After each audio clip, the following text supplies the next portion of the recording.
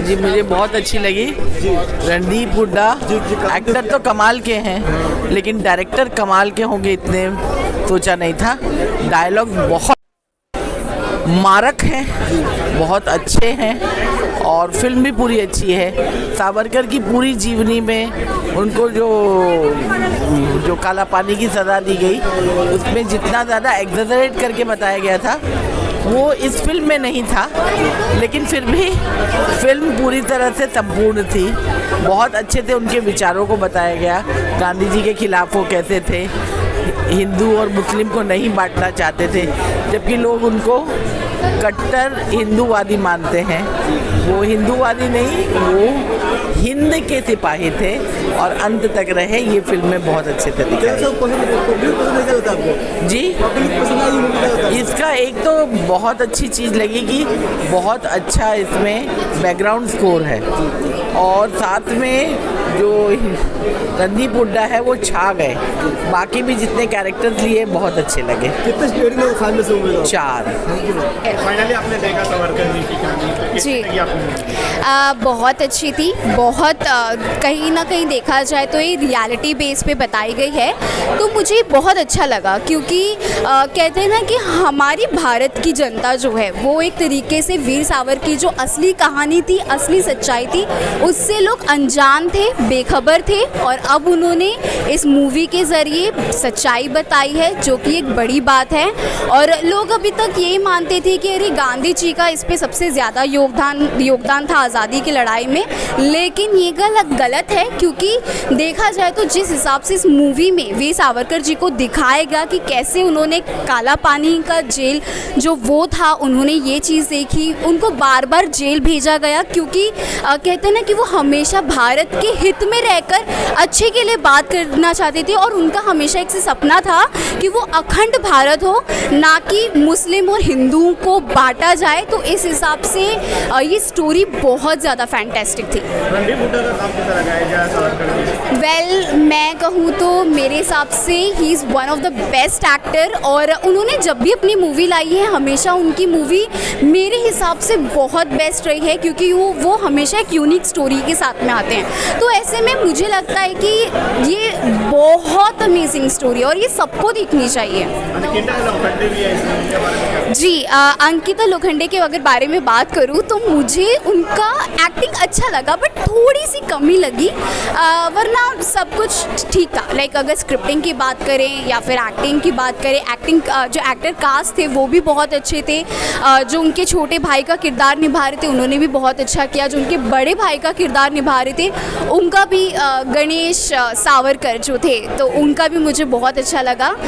सब कुछ बहुत सही था। जाते जाते एंड में रेटिंग क्या होगी आपकी?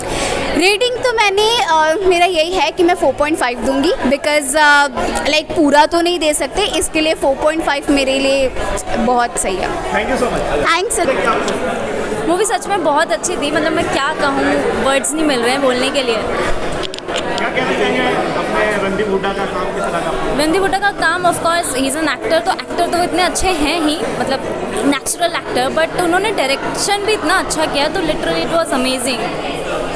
लोखंडे जी के बारे में क्या कहोगे? लोखंडे जी, अंकिता लोखंडे ने भी बहुत अच्छा काम किया है, मतलब फर्स्ट टाइम मैंने उनका इतना अच्छा कोई काम देखा है।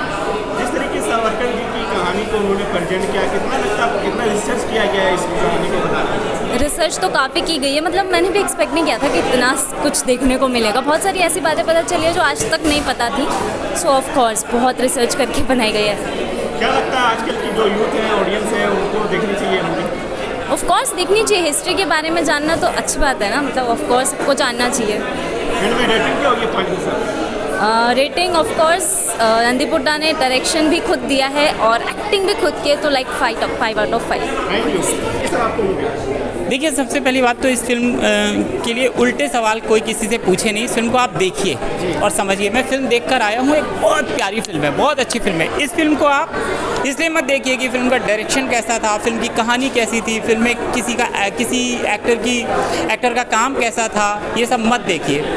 कुछ फिल्मों को, कुछ कहानियों को, कुछ रचनाओं को इसलिए भी देखना चाहिए क्योंकि उसके साथ कुछ इमोशन जुड़े होते हैं और इस फिल्म के साथ राष्ट्र प्रेम के ऐसे इमोशन जुड़े हैं। ऐसे आप इस फिल्म के दौरान हर समय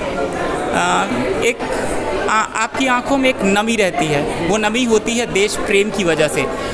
वो नमी होती है कि आज जिस आज़ाद देश में हम रहते हैं उसके पीछे कितना बड़ा संघर्ष रहा है और किस तरह का संघर्ष रहा है, वो आपको समझाती है, वो बताती है। देखिए, फिल्म आपको बहुत सारे सवालों का जवाब देती है, चाहे वो गांधी के बारे में हो, चाहे किसी और के बारे में हो। और वीर सावरकर एक ऐसे वीर थे जो जिनसे कांपते थे उस समय के लोग, जो डिप्लोमेसी के साथ काम लेते थे। अंग्रेज कांपते थे उनसे गांधी कांपते थे, उनसे जवाहरलाल नेहरू को डर लगता था, जिन्ना को डर लगता था।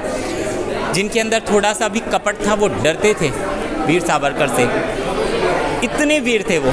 और आज इस फिल्म में जो बातें कही गई हैं, बताई गई हैं, वो भी बड़ी वीरता से बताई गई हैं। तो मैं रणदीप हुड्डा को भी बोलता हूँ कि उनके अंदर भी उतनी ही ज़्यादा वीरता है, कि उतनी आज़ादी और उतनी साहस के साथ उन्होंने इस कहानी को कहा है।